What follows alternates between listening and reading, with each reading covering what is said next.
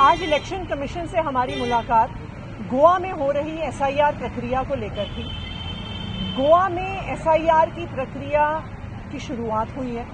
9 दिसंबर को draft role निकलना है, लेकिन हमारे लिए एक बहुत चिंता का विषय है कि गोवा में इस समय जिला पंचायत का चुनाव चल रहा है। 13 दिसंबर को जिला पंचायत का चुनाव है। आज उसकी रिजर्वेशन की घोषणा हुई है।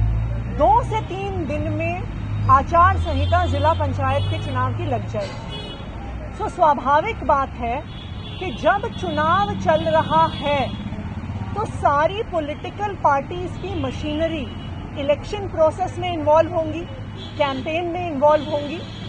किसी भी पॉलिटिकल पार्टी को एसआईआर की प्रोसेस को मॉनिटर करने का, ओवरसी करने का कोई भी समय नहीं मिलेगा।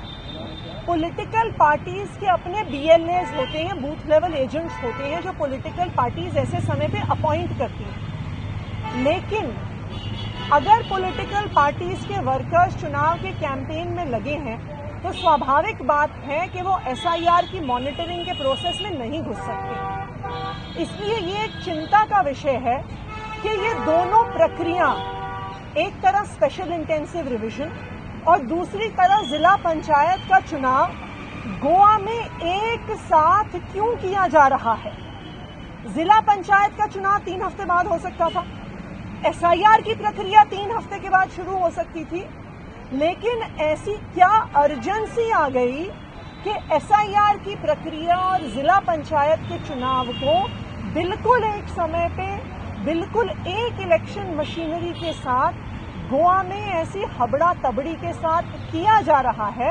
इस मुद्दे को लेकर हम इलेक्शन कमीशन के पास गए थे।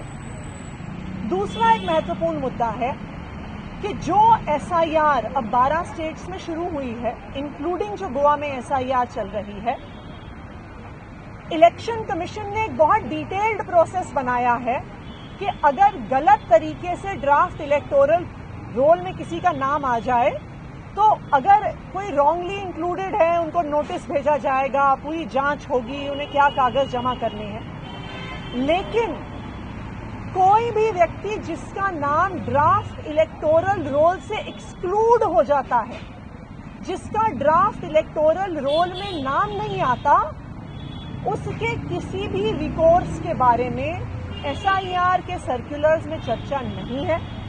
उस व्यक्ति को फिर से नए वोटर के तौर पे ही इनरोल करने की प्रक्रिया शुरू करनी है।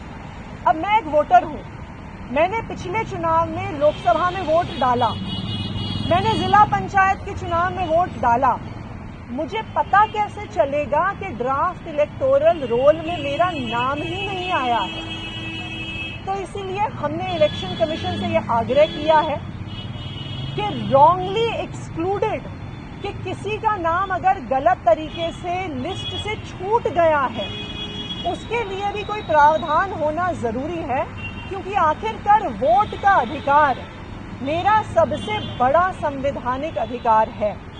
और अगर मेरा नाम ड्राफ्ट इलेक्टोरल रोल से छूट जाए तो ये इलेक्शन कमीशन जैसी संवैधानिक संस्था की जिम्मेदारी है कि मेरा नाम फिर से जोड़ा जाए, मुझे इन्फॉर्म किया जाए कि मुझे अपने वोट का अधिकार वापस मिले। तो इन दोनों मुद्दों को लेकर हम इलेक्शन कमीशन के पास गए।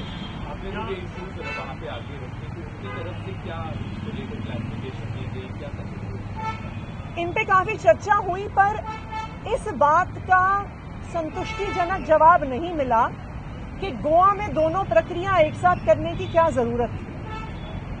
क्यों बीएलएस की, क्यों पॉलिटिकल पार्टीज की निगरानी में एसआईआर की प्रोसेस नहीं हो रही। 13 दिसंबर को जिला पंचायत का चुनाव है, 14 दिसंबर से एसआईआर शुरू हो सकता था। ऐसी क्या जल्दी है? ऐसा तो नहीं है कि गोवा का जो असेंबली इलेक्शन है वो तो फरवरी 2027 में है। तो ऐसी क्या हड़बड़ी आन पड़ी कि जिला पंचायत के चुनाव के साथ साथ ही एसआईआर करनी पड़ी। हमें इस बात से चिंता है कि ये दोनों प्रक्रिया एक साथ चल रही हैं। हमें इस बात की चिंता है कि दोनों प्रक्रिया एक साथ चलने की वजह से पर्याप्त निगरानी में एसआईआर नहीं होगा। और हम आम आदमी पार्टी के तौर पे एक बार जब ड्राफ्ट इलेक्टोरल रोल आएगा तो हम भी अपने तौर पे इस पर प्रॉपर शिनाख्त करेंगे कि लोगों का नाम गलत तरीके से काटा गया।